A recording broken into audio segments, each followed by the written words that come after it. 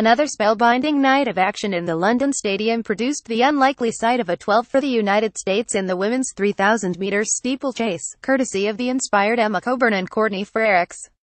There was also something more familiar in a fourth-time triumph for their U.S. teammate Brittany Rees in the women's long jump, a second women's 200 meters win for Daphne Schippers of the Netherlands, and a record third hammer success for Poland's Paweł Fajdek. The U.S. now has 8 gold medals, 5 more than Kenya. Coburn and Frerichs turned the world upside down with stunning 12 for the U.S. just when you thought these topsy-turvy Iaaf World Championships could not get any more surreal. The packed crowd were treated to the unlikely spectacle of a U.S. Onetwo in the women's 3,000 meters steeplechase. Yes, you read that correctly, a U.S. Onetwo. There were 2 stars and stripes flying on the lap of our and 2 U.S. stars earning their global stripes as they took flight on the final lap of a truly stunning race. The sound of the bell was like a clarion call to action for Emma Coburn, who took Olympic bronze in Rio last year, and her U.S. teammate Courtney Frerichs. By that stage in proceedings, Kenya's world leader Selefine Chespel had been dropped, and Ruth Chebet, Bahrain's world record holder and Olympic champion, was starting to fade.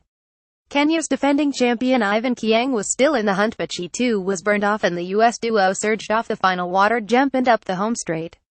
Coburn charged to victory in 902.58, a championship record. Frerichs took the silver in 903.77, a personal best by a staggering 15.42. Chepkemoi bagged the bronze medal in 904.03. Kenya's Beatrice Chepkoech replicated her fourth-place finish in Rio, clocking 910.45 despite venturing beyond the water jump on lap 3 and losing considerable ground as she doubled back. Chebet was 5th in 913.96 and Chespel 6th in 913.96.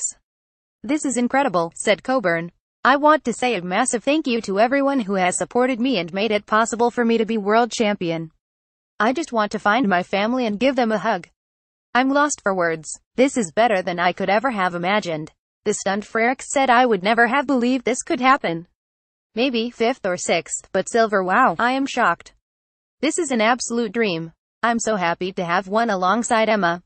She ran an amazing race to get the championship record. I'm just going to enjoy the moment with her." Double 200 meters gold for Dutch Daphne when Daphne Schippers returned home to Utrecht after winning the 200 meters at the 2015 IAAF World Championships in Beijing in a European record 21.63. She had a seal named in her honor and also a road, Daphne Schipperslaan.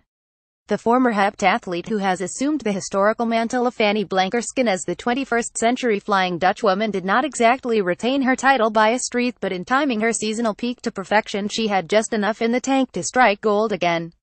Powering round the bend level with Maria-José Talu and battling down the home straight with the Ivory Coast sprinter who missed 100 meters gold by 0.01, Schippers prevailed by 0.03 and 22.05, a season's best. Talu took silver in 22.08, a national record, with the Bahamian Shai Miller-Weibo claiming bronze in 22.15 to 0.07 ahead of Dina Asher-Smith, the Briton who suffered a broken foot in February. Fittingly, Schippers' triumph came in the city where Blankensken became the star of the 1948 Olympics, winning golds in the 100 meters, 200 meters, 80 meters hurdles, and 4x100 meters, before being presented with a bicycle on her return home by the mayor of Amsterdam. Four-time title winner Rees's golden tribute to late grandfather. It was drama all the way in a gripping women's long jump final, with 3 different leaders in the opening 3 rounds and a shift in the medal positions in the last 2 rounds. When the dust settled, Brittany Rees was left standing as a 4-time world long jump champion, matching a feat achieved on the men's side by fellow U.S. athlete Dwight Phillips and Cuba's Ivan Pedroso. In the stadium where she leapt to Olympic gold in 2012, the 30-year-old's third-round jump of 7.02 meters (0.1 milliseconds) earned her a 4th world title to set alongside those she bagged in Berlin in 2009, Daegu in 2011 and Moscow in 2013. "It's been a tough couple of weeks, with the death of my grandfather," said Rees. "This is for him." Daria Klishina, competing as an authorized neutral athlete, led with 6.78 meters in the opening round and finished with silver, courtesy of a 7.00 meters leap in round 5. Serbia's Ivana Spanovic led in round 2 with 6.96 meters and was in a medal position until the final round. Tiana Bartoletta of the U.S., the champion in Helsinki in 2005 and in Beijing in 2015 and a member of the U.S. quartet who smashed the 4x100 meters world record at the 2012 Olympic Games in London, uncorked the 6.97 meters jump to snatch bronze. It was the first time in 6 successive global championships, outdoors or indoors, that the fourth-placed Spanovic had failed to land a medal. Hammer hat-trick for Fantastic Fajek. Pavel Fajek snatched pole position with 79.73 meters in round 3 and held on to it, improving to 79.81 in round 4. In doing so, the 28-year-old became the first man to win 3 world hammer titles, having prevailed in Moscow in 2013 and again in Beijing in 2015. Having failed to qualify for the Olympic final in Rio last year, victory was particularly sweet for the Pole, who suffered the same fate in London at the 2012 Olympic Games. Neutral athlete Valery Pronkin took silver with 78.16 meters and Fajek's Polish teammate Wojciech Nowicki bronze with 78.03 meters ahead of Frenchman Quentin Bigot 77.67 meters. Harrison survives hiccup as Pearson and Harper Nelson roll back the years. Kendra Harrison goes into Saturday's final of the women's 100 meters hurdles with her winning streak finally broken. She will simply be glad to be in the lineup. Running on the track where she scorched her 12.20 world record after missing the cut for U.S. Olympic selection, the 24-year-old from Tennessee smacked into the first barrier in the third semifinal heat and looked out of contention, bereft of momentum, as 2008 Olympic champion Dawn Harper Nelson rolled back the years, her U.S. teammates streaking to victory in 12.63. To her credit, though, Harrison hauled herself up to third place behind Harper Nelson and Germany's Pamela Dudkiewicz 12.71 and 12.66. It secured her the second of the 2 non-automatic qualifying places by 0.01, at the expense of Norway's former world junior champion Isabel Petersen, who finished 4th in her heat. "I'm just glad to have got through," said Harrison, whose heat win earlier in the day, 12.60, extended her winning streak since last year's U.S. Olympic trials to 23 races. "I think that first little hiccup threw me off. I hit the first hurdle and I just had to readjust. I had to tell myself not to panic because I've done the training and I've run the world record in this stadium, so I was capable of making up for the error. I can't worry about one performance. I've done a lot of work, so I have to trust that." The fastest qualifier for the final was Sally Pearson with 12.53, 0.5 milliseconds in the opening heat. It was the 30-year-old former world and Olympic champion's quickest time for 4 years, since she took world silver behind Brianna Rollins of the USA in 12.50 in Moscow in 2013. "I haven't come here to come second," Pearson proclaimed. "I'm getting back to my old self again."